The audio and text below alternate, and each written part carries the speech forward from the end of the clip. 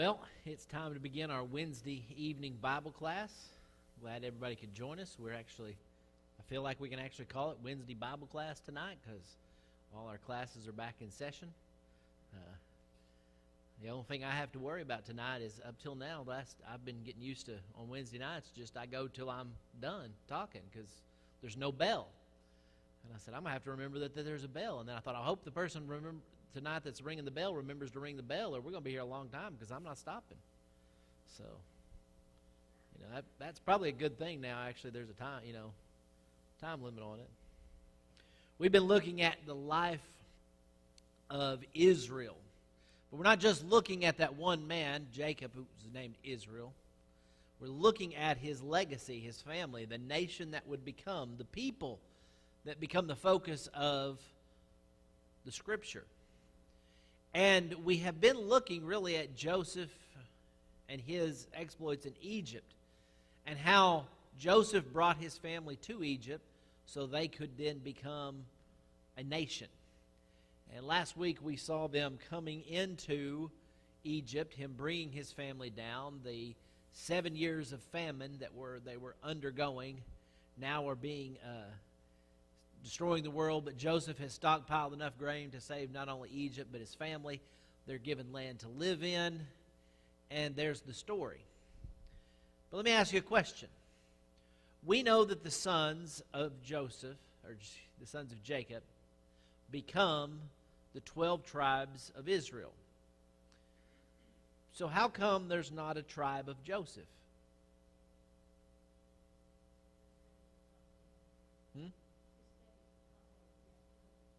Okay.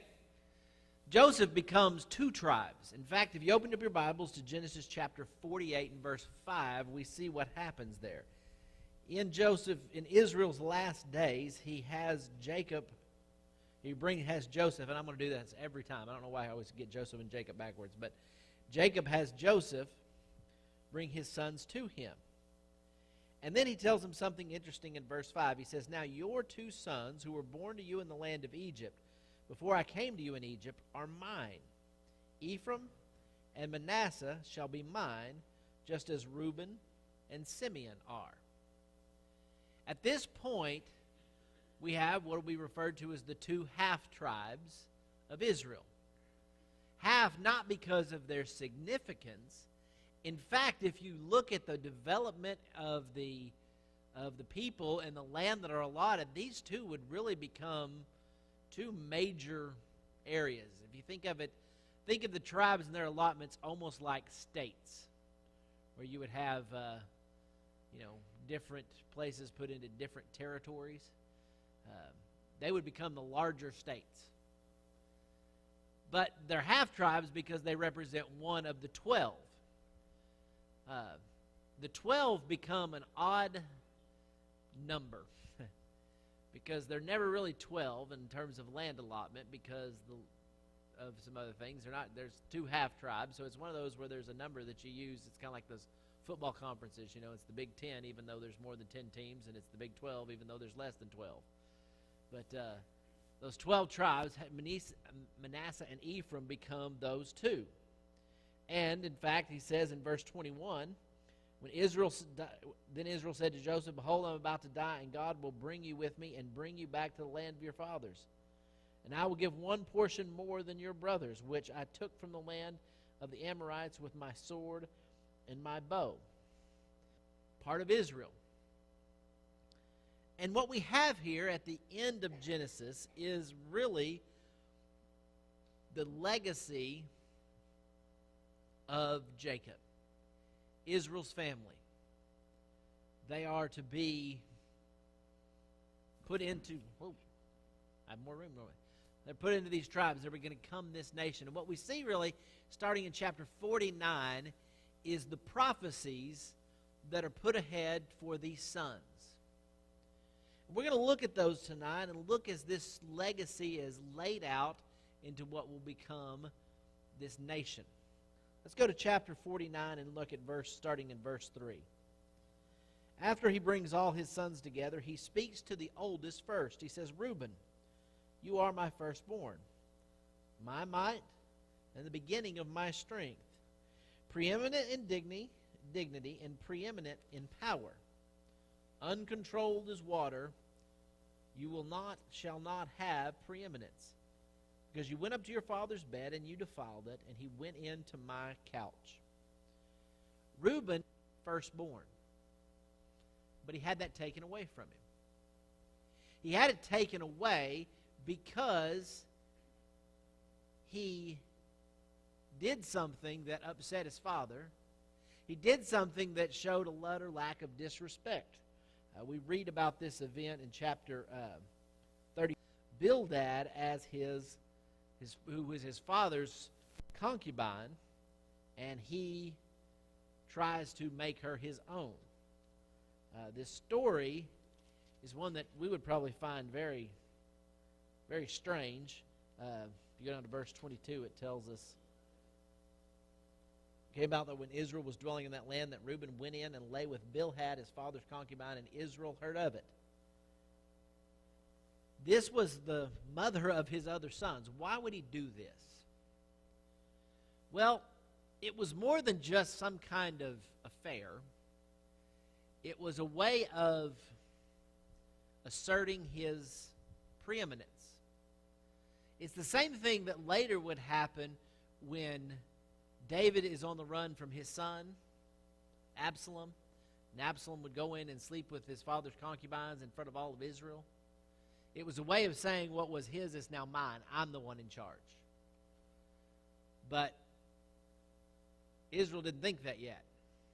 And because of it, he actually loses that position as firstborn. So it would go to the next ones. Let's go back to swords or implements of violence. Let my soul not enter into their counsel. Let not my glory be united with their assembly. Because of their anger they slew men, and in their self-will they lamed oxen. Cursed be their anger, for it is fierce. And the wrath, for it is cruel. I will disperse them in Jacob and scatter them in Israel. We talked about this a few weeks ago when we talked about the incident that involved their sister, Dinah, who went over and was attacked by some of the people of the land. And Jacob was worried. What are they going to do? They're going to attack us. The brothers were upset, so this is where they tell them they can marry into it, but they first must be circumcised, and while they're healing up, they go in and kill them all. The two people who led that were Simeon and Levi. And once again, their actions mean that their father says, you're not going to be the one who is in the lead. You're not going to be the one who's going to rule, because you've done something that will disallow you from that position. In fact, he says something very interesting about them. He said, really, you will be absorbed. You will be dispersed in Jacob and scattered in Israel. And what's interesting is this comes true. By the time they go to the promised land, Moses comes in, takes the people out.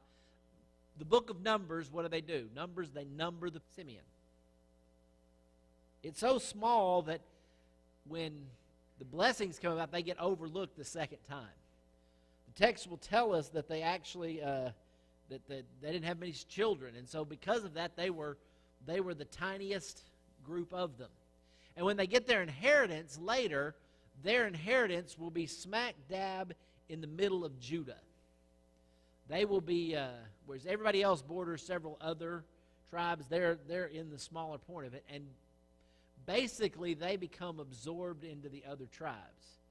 They don't really ever have much. I mean, there's still people of that, but they are, the small group.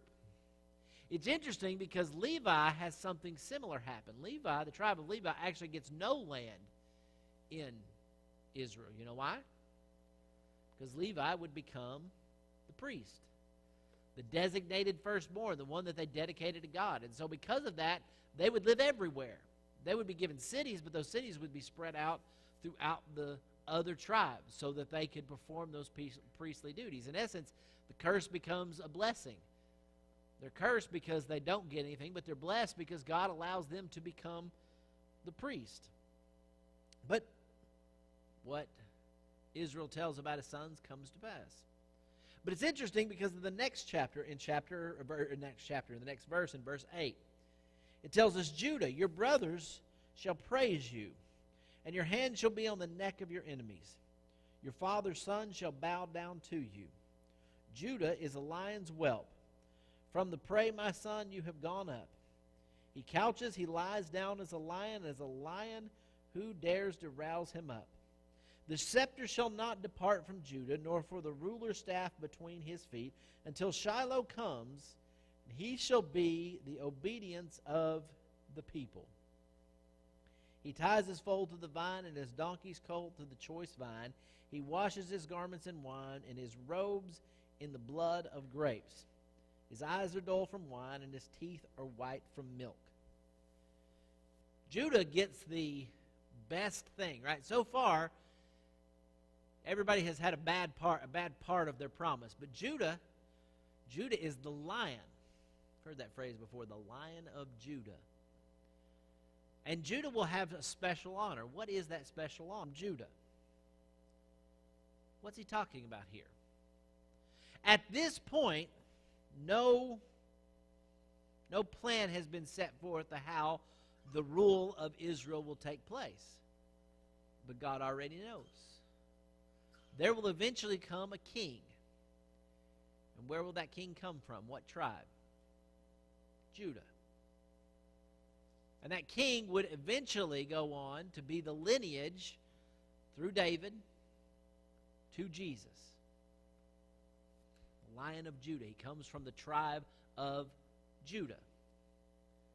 What's significant about that? Notice in that passage it says that scepter shall not depart from Judah, nor the ruler's staff from between his feet, until Shiloh comes. Now you remember a couple of weeks ago I preached a lesson about how Israel demanded a king and what that was going to cost them if they got that king. That really and truly, that by wanting a king like everybody else, what they were doing was abandoning God's plan. God was to be their king over them, but they would never listen to him. But even God knew from the very beginning in the old law, he spelled out, when I put a king up, here's what I want him to be.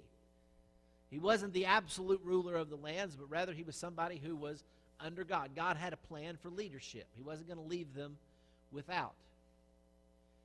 And here we see that part of that leadership was going to come through Judah. But notice here, Judah would hold the scepter until what? Until Shiloh comes. What does that mean? Shiloh we think of as a place, right? But Shiloh is a very interesting term that's used here. It's a word that's really rare. It's the only place it's used in Scripture, and it's a rather obscure term. It literally translates to whom it belongs. It's a term that means, you're holding on to something until you give it to whom it belongs, right?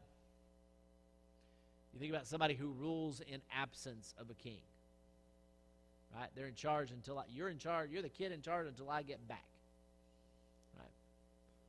Judah would have that lineage until what? Until Shiloh comes, until the one whom it belongs. See, that was a riddle that had plagued Israel for a long time. They knew that the Messiah was coming. That Messiah was going to be the line of David, yet that same Messiah was referred to by David as Lord. It was the question Jesus asked the Pharisees and the Sadducees and the scribes that they couldn't answer. It was the question that Peter answers, only a descendant of the tribe of David, of the tribe of Judah. He was also the Son of God. He was the Messiah, the one that was to come, and the one who would rule, the one whom it deserved to, the Lion of Judah, the King of Kings. And what we see here is a lot like what we see in Genesis when it talks about that seed that would be born of woman that would crush Satan's head, would bruise his heel.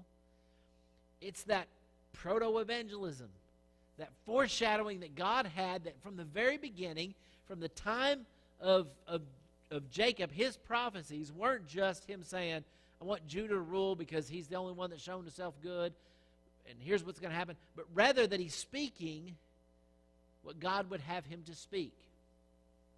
That from Judah the ultimate king would come.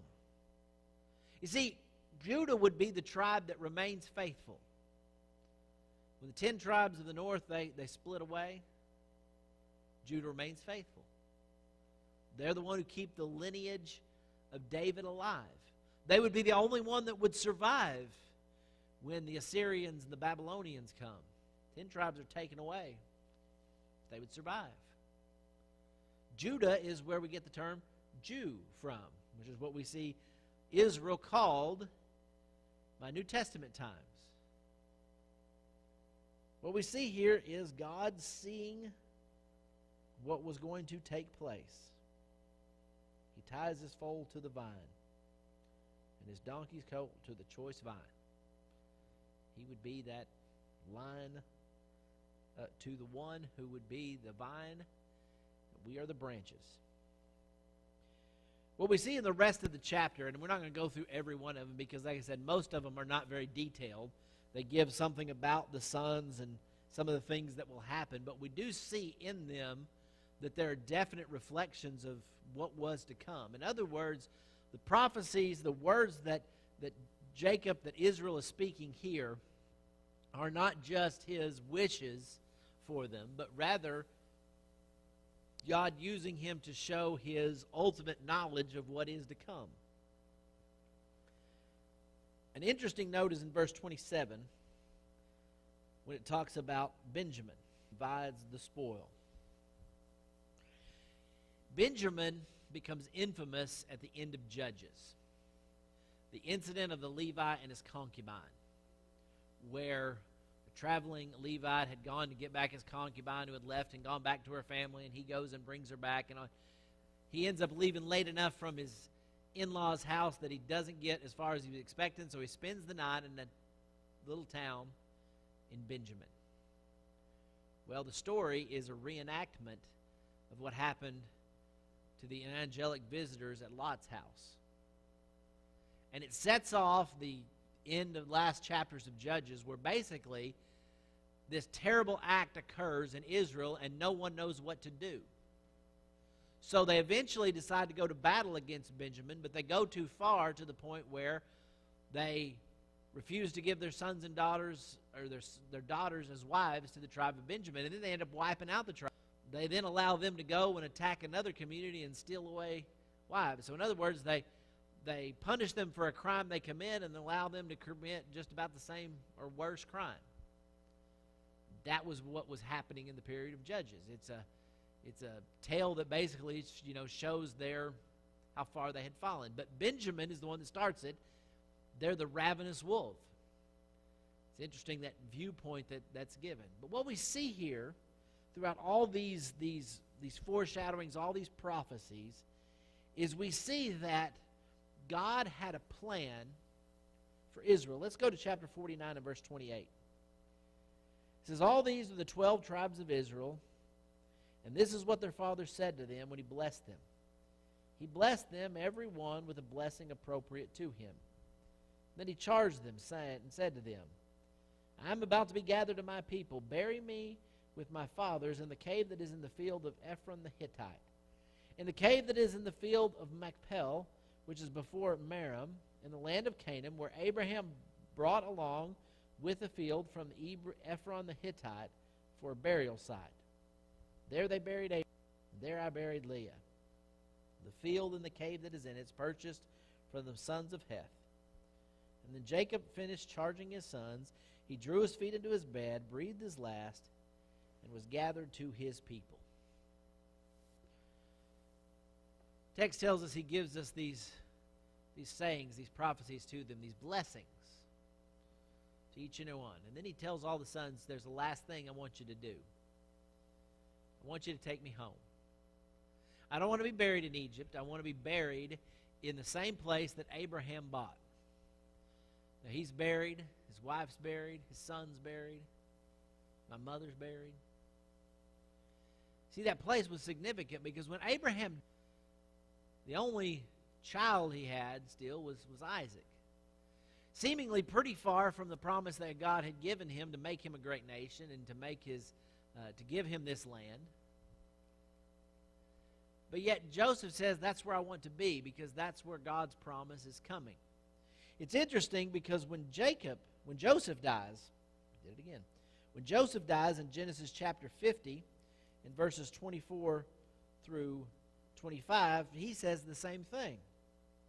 He tells them, Joseph said to his brothers, I'm about to die, but God will surely take care of you and bring you up from the land to the land he promised by an oath to Abraham, to Isaac, and to Jacob. And Joseph made the sons of Israel swear, saying, God will surely take care of you, and you shall carry my bones up from here. Then Joseph dies. And they'll eventually do that. They'll eventually take his bones all the way from Egypt, all the way through the wilderness wandering, into the promised land. Why would these men be so concerned with where their bodies end up?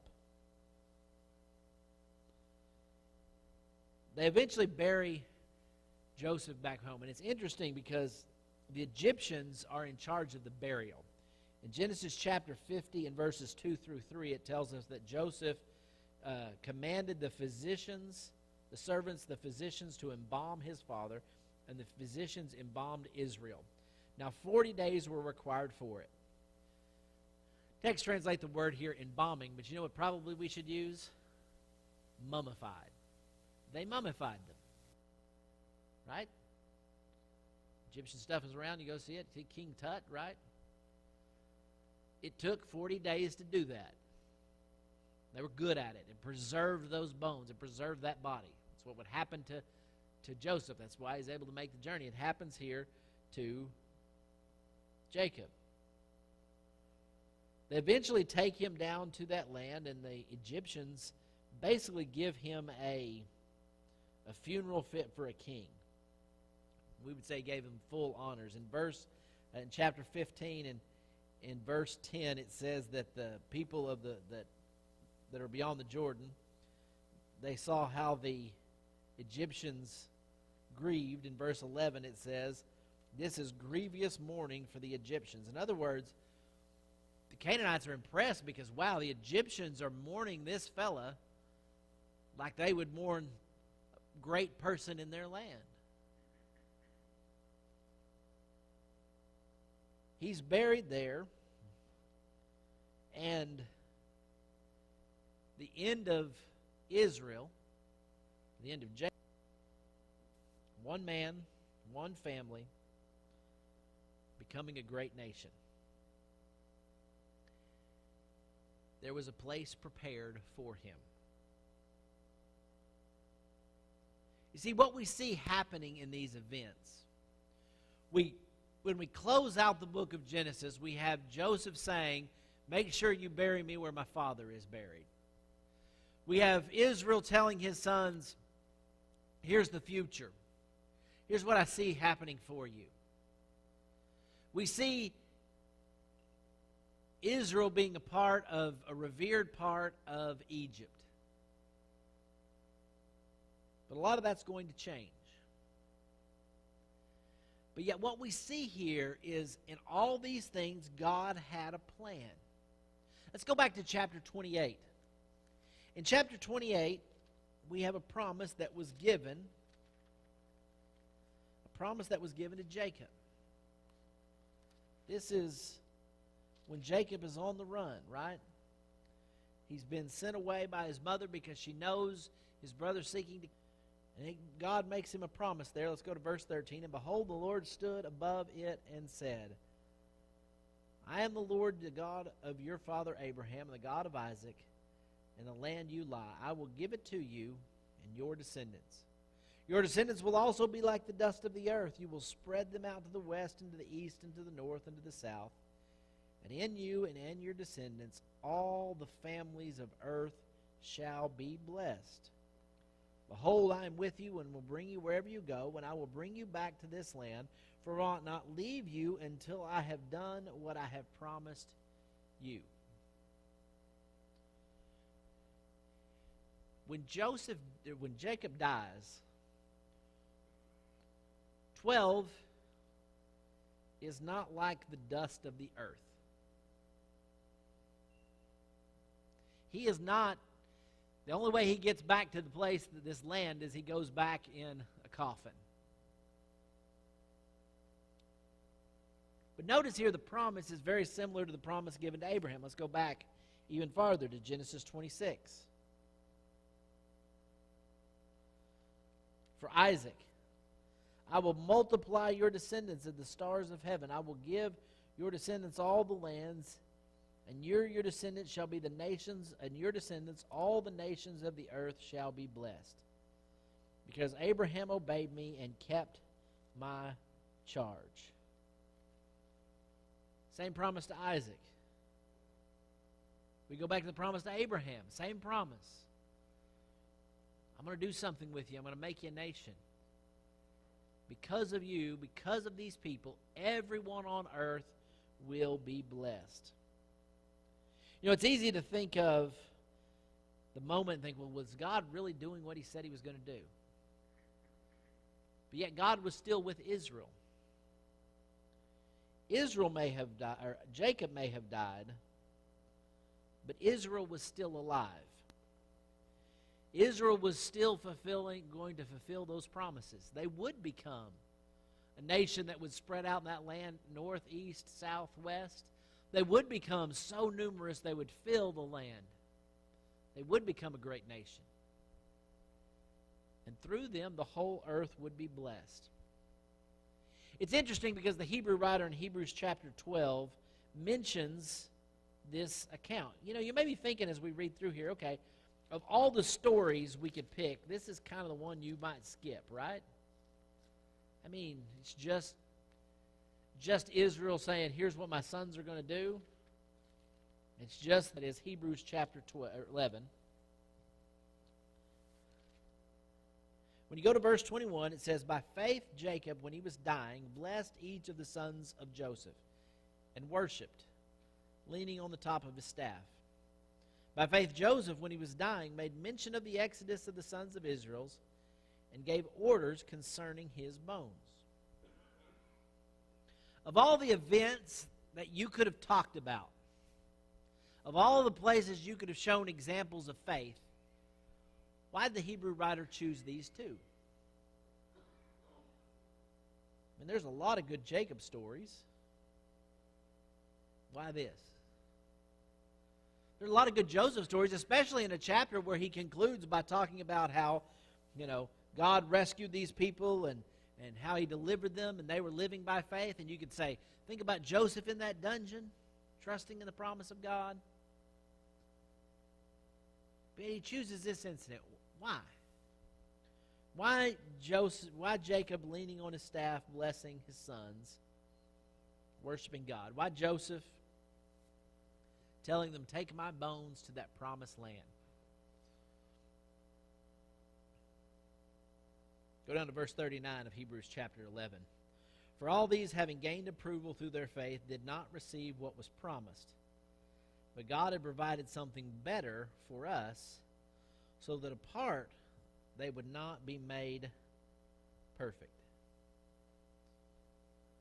You might think that Joseph died,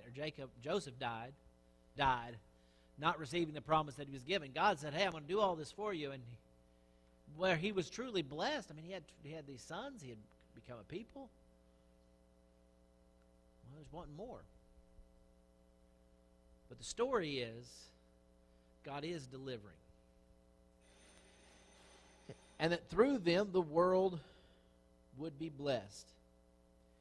Stephen, in his last sermon in Acts chapter 7, also makes mention of this in verse 15.